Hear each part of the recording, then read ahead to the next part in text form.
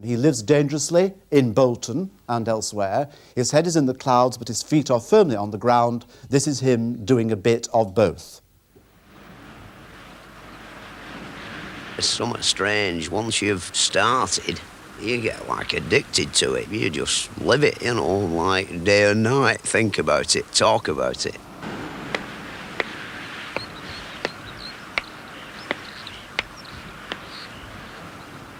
This particular job, I've got the contract for £7,000 to knock it down a brick at once, right down to the bottom. When I first came to look, bitter cold morning, the wind howling down off the mountains, you know, and I thought, ugh, you know, how come they always send for me in the middle of winter? Anyway, I'd have told the powers that be, like, you know, that I want £7,000, you see. And I didn't think I'd get the job, you know. Anyway, it turned out that they honoured me with giving it me, which means that the other fellas wanted a hell of a lot more, you know.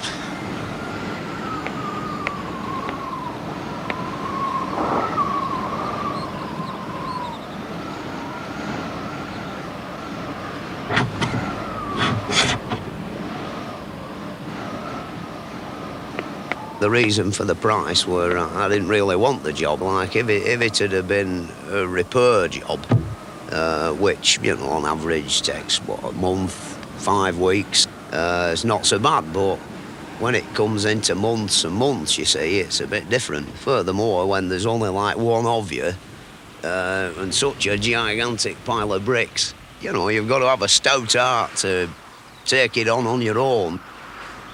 Ladies and gentlemen, Fred Dibnah.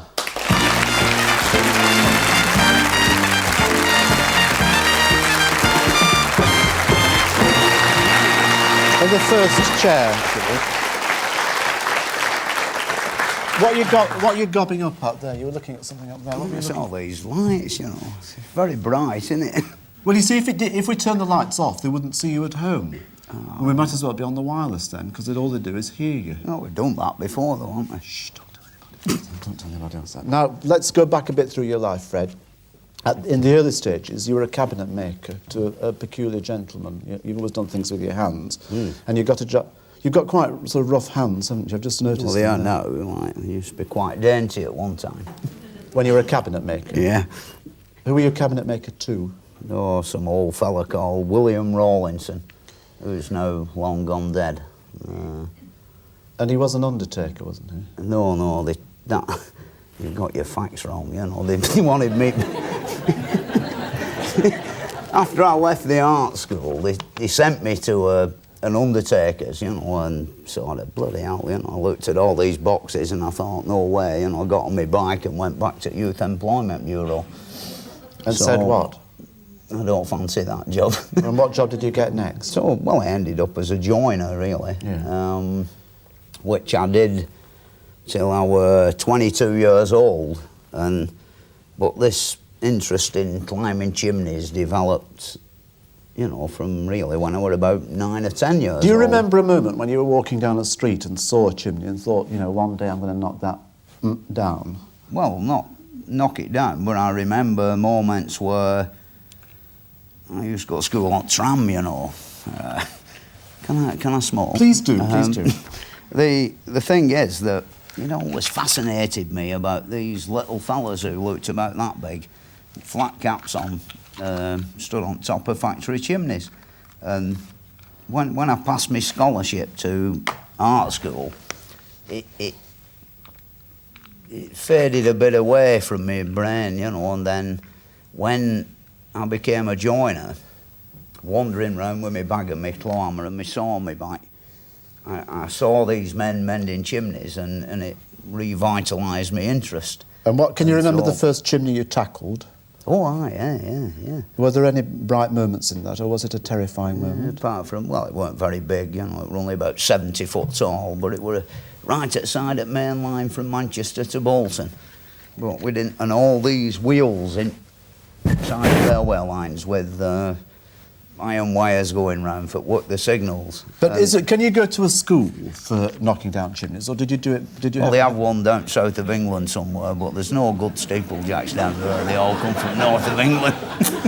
Striking little There's no chords in bloody people's chimneys hearts? down there when we had them. Well, no, because everybody's knocked them down there, haven't they? They never had any. Now, you also build chimneys as well, don't you? You built a chimney on your mum's house. Well, a small replica, like. Is it a good chimney? Why, it's a belter, yeah. It sucks your house slippers off, you know, if you sit in front of fire. She'll be there now, you know, watching this. Well, those slippers have just gone up the chimney as well. No, she has a big fire guard. She does. What, have you been in any physical danger at all? We saw you climbing on the film at the beginning. We saw you sort of crawling up the side. Not through mending chimneys. I've been down a big hill about 40 mile an hour on my steamroller, you know, that's quite exciting. You're into steamrollers in a big way as well. Oh, yeah. You bought a steamroller or a traction engine before you actually bought... No, I've got a steamroller, the one that, you know, people have seen on television. But I've got a traction engine now with a balanced crankshaft that when it's finished, it'll do about 20 mile an hour. You know, so I can really get about. How do you persuade people like me who find them slightly boring? I find traction engines slightly boring. You've never had a bloody ride on one, have you? You won't try doing... You do 20 mile on a traction engine. I don't want to. And, oh, my God. I don't want to. I can think of nothing more boring than a traction engine rally on a Sunday afternoon. Well, that's when you're there and everybody's saying, how long have you had this and how old is it? And everything's always the bloody same. It's getting there along the road in the middle of the night and calling it a pub here and a pub there. In the middle of the night? Well, no, till they shut. You know. That's the thing. Well, let's leave traction to one side a minute, because I'm more interested in chimneys at this moment. Do chimneys have characters? I mean, do you actually have to go... You know, like if you're making an assault upon a woman, you have to go know where to tickle it and how to persuade it and how to... Well, you get these funny ideas, you see, that you would particularly want to have a go at one particular chimney. And the next big thing for me is that one in the middle of Darwin. Oh, it's a beautiful... that is a beautiful... 300 feet tall. Yeah. And built about 1875, I think. And, like, at one time it was maintained by a very good firm from Manchester who've now gone. Yeah. The last time they had it done, it, you know, weren't much of a job, so there's hope for me. Big jobs to like.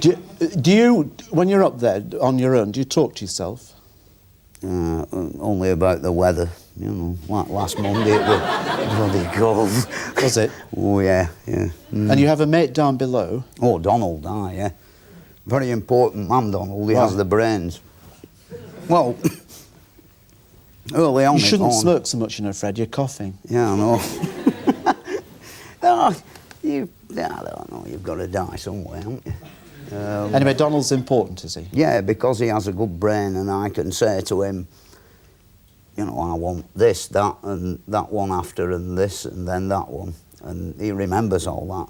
When it comes up on the end of the rope, it's all in the right order and tied on right rope. Does he turn your butters up as well? Oh no, I come down for them.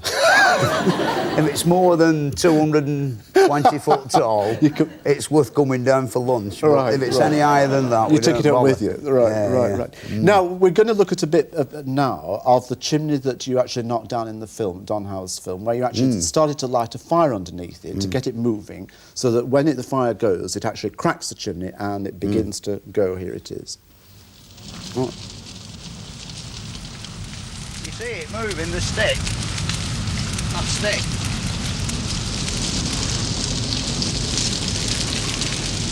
I hope the bloody thing goes. It's going.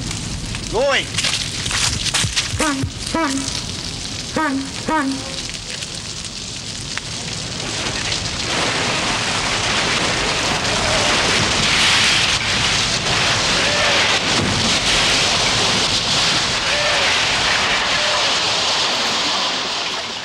Go for.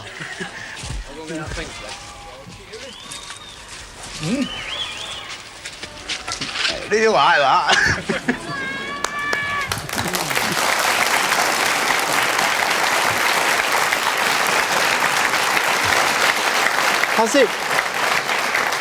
Has it ever gone the wrong way? Oh, I did one at Lancaster a month or two back, and so fella I were working for, you see, he didn't tell me the mill next door had a big cellar in it. Anyway, when it went over, you know, there was the biggest hole inside of this mill you've ever seen.